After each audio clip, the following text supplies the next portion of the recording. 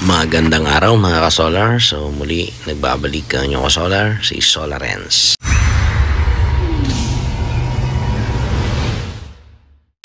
At meron nga tayong 16 pieces na 500 watt solar panels at 8 kilowatts yan. Ating i-install sa Padre Garcia, Batangas. Dito sa Padre Garcia, Batangas na ito, first time namin mag-i-install ng hybrid solar power inverter na 8 kilowatts at dalawa yung battery na 220 ampere hours. So start na natin. So inuna na muna nating i-mount ang controls at saka itong 8 kilowatts na inverter. Ito ay hybrid inverter.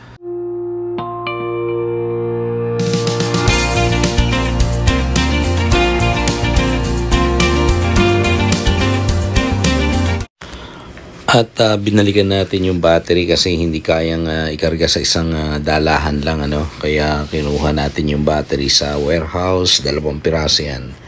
At isinakay na rin dun sa likod ng aking pickup para naman sumunod na ma-install natin. So binaba na natin sa client. Ito na nga. At andyan, pagbukas ko, kitang-kita naman dyan yung naka-label na 220 ampere hours at yan ay 2 piraso. So nakalagay pa yan dito sa card, saka natin iaayos.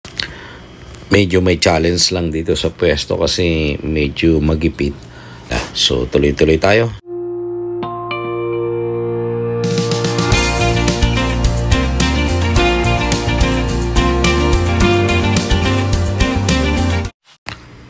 At naging tuloy-tuloy ang pagtatrabaho namin at naisampa na nga yung 16 pieces na solar panels sa taas na ipasok namin. At ito ay mayroon na ring wirings at hindi pa natin na i-fix, hindi pa natin na i-conduct yung testing, continuity testing. Pero ito ay lalagyan ko na lang ng ground at ng mapaandar na natin. So patapos na tayo.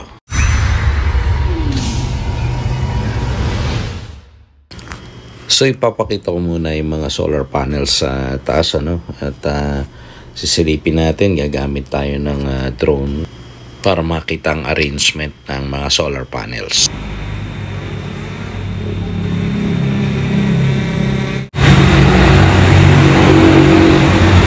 Ayan, so ito na yung solar panels natin. 4 na piraso lang dito. Then sa kabila, ayan, punta tayo sa kabila. Ayan, ikot tayo.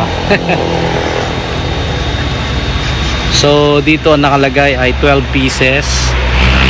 Ayan, taas natin konti para makita natin 2. Taas pa natin. Ayan. At yung 4 na piraso na yun ay facing north. At yung 12 pieces dun sa other side ay ito 12 pieces na to facing south. So maganda yung magiging harvest nito kasi optimal yung position, at saka yung slant, yung inclination, pasok na pasok doon sa degrees na hinahanap natin kasi between 15 to 30 degrees is okay para sa solar panels. So ikot lang tayo. Ayan. So dito tayo sa baba. Ayan. Atras tayo konti. Ayan. So makikita natin ayan mga ka-solar, dun sa 2 layers sa left side ay 12 pieces yan. At 4 pieces nga doon sa right side. So ibaba natin ng konti. Ay, medyo umuulan. Ayan. Bababa ko pa. Kakabila ko. Ayan, So yan ang positioning natin. Atras ko lang konti. Ayan. Yung bubong kailangan lang ma-repaint yan.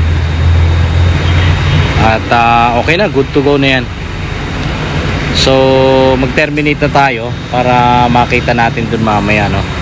So i-terminate na natin at para ma-power up na. Okay, so balik na tayo.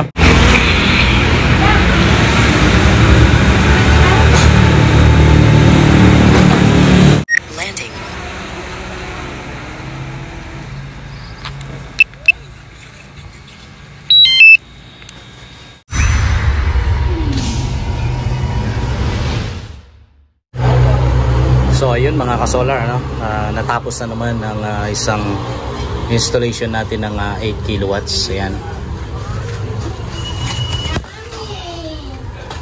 So 8 kilowatts at makikita nyo nakasiro na. Walang kinukuha sa Batelec. Nakasiro yan. At ang load niya ay 1.91. Galing na yan sa battery. May tulong ang ating solar panel na 190 lang. Mababa. At ito yung usual na safety breakers natin at controls ay nakalagay dito. At ipapakita ko rin yung separate load, ano, yung sa EPS or emergency power. Papakita ko at nang malaman nyo kung paano natin sinesegregate at ano yung mga pinapaandar during brownout only. Pero no question pagka merong Batelec or Batangas Electric Cooperative, dahil tutulong naman yon. So ibig sabihin yung on-grid ay same as grid-tied, dahil nga ang nasa loob nito ay dalawang klase ng inverter, ano? Grid-tied inverter or on-grid inverter at saka isang off-grid inverter. So yung off-grid, ulitin ko, ay nagpa-function yan during brownout. So hindi magpa-function yung on-grid or grid-tied pagka merong brownout. Okay, so ayun yung ating automatic transfer switch at naka normal na yan. Lahat ng mga appliances ngayon ay pinapatakbo na ng ating battery. So ayan yan. At makikita nyo nakasiro na. So punta tayo sa loob, tingnan natin yung load side. So ito mga ka-solar, ano, papakita ko yung EPS natin. So ito yung sineperate natin at EPS yan. Merong dalawang aircon. Yung aircon na yon ay 0.6 horsepower, napakaliit lang, at isang 1.5 horsepower. Since 8 kilowatts naman yung ating inverter, ay kayang-kaya niya yun. At saka bukod pa doon ay meron tayong mga nilagay na para sa washing machine at saka yung electric fan, ano. At itong mga to 16 amperes na ito ay para sa ilaw. So ulitin lang natin, ano, dalawang aircon, isang 1.5. Ito ay 0.6 na aircon din. Ito ay para sa washing machine. Ito ay sa selected na electric fan.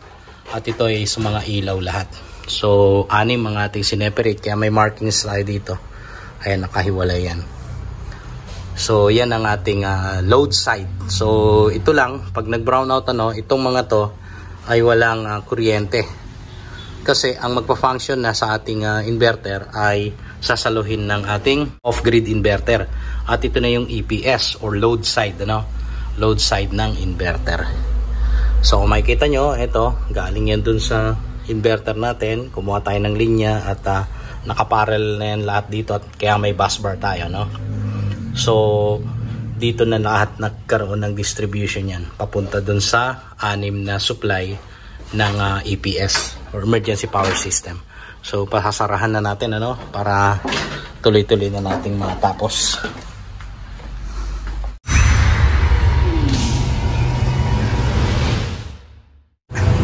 So ayun mga ka-solar, ano, tapos na tayo at na-cover na natin.